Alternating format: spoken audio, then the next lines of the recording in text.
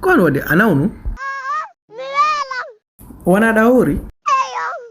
Ah, l'histoire de cette pièce fait partie de, voilà, de nombreuses personnes comme moi, des nostalgiques de l'enfance. Parce que moi, j'étais là, je scrollais sur Facebook. Comme tout artiste, tout ce que j'entends, ça m'inspire. Et je suis tombé sur cet audio qui m'a inspiré quelque chose. Je me suis dit, ah, on a vécu quelque chose quand même à l'enfance. Parce que cet enfant, non seulement il avait un poulard très authentique, il avait aussi voilà, de ces choses qui me rappelaient l'enfance. Et à partir de là, je me suis dit, non, il va falloir que je fasse une petite mini-série, même si c'est des 40 secondes, pour au moins rappeler les actions de l'enfance. Et chaque épisode, voilà, c'est une action qu'on a vécue.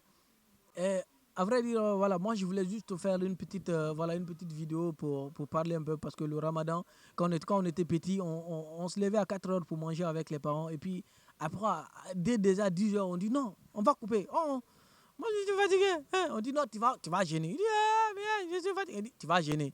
Donc, j'ai dit, quand je vais faire la vidéo là, beaucoup vont se retrouver dedans parce qu'on est beaucoup à avoir mangé à 4 heures et puis on n'a pas terminé la journée. Et dès que j'ai balancé la vidéo, c'est devenu viral. Et sur TikTok, et sur Facebook, partout les gens parlaient de ça. Je commençais à recevoir des messages, continue. Et c'est comme ça que j'ai enchaîné avec certains scénarios.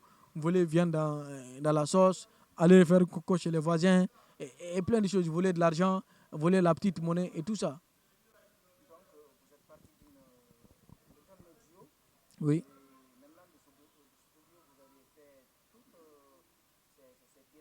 Ah, tous ces scénarios, ouais.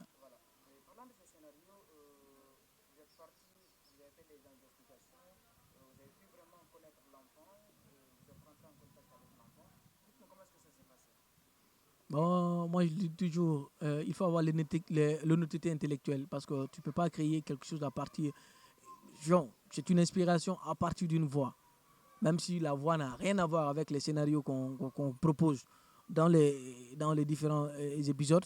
Mais quand même, c'est l'inspiration à partir d'une voix. Donc, il faut chercher la source. Et puis, puisque ça a pris puisque ça a pris beaucoup la toile, et que les gens demandent c'est qui l'enfant, on veut le voir, on veut voir Nansuntu.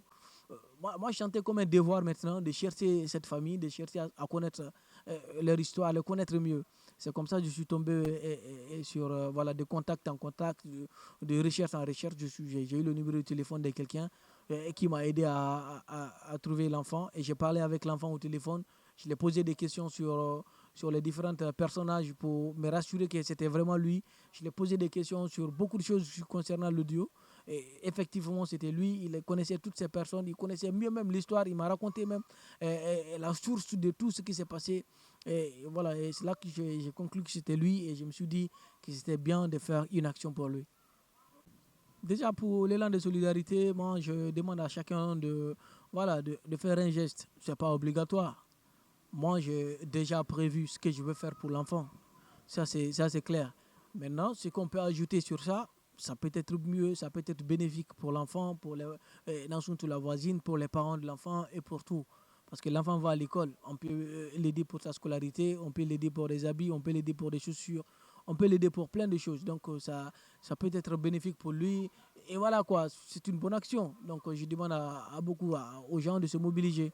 Les gens en parlaient autour de le village, même c'était devenu encore plus viral là-bas, puisque ils savent que c'est la source, mais ils ne savaient pas comment nous contacter.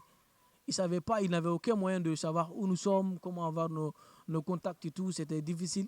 Et quand on a parlé, l'enfant il est timide, il est introverti, il ne parle pas beaucoup, mais je l'ai poussé, on a échangé un peu, et du coup, voilà, il a pu se livrer, on a parlé, je lui ai posé des questions sur ses grands frères, et Kaojende, et Kotobala, et Nanzuntu.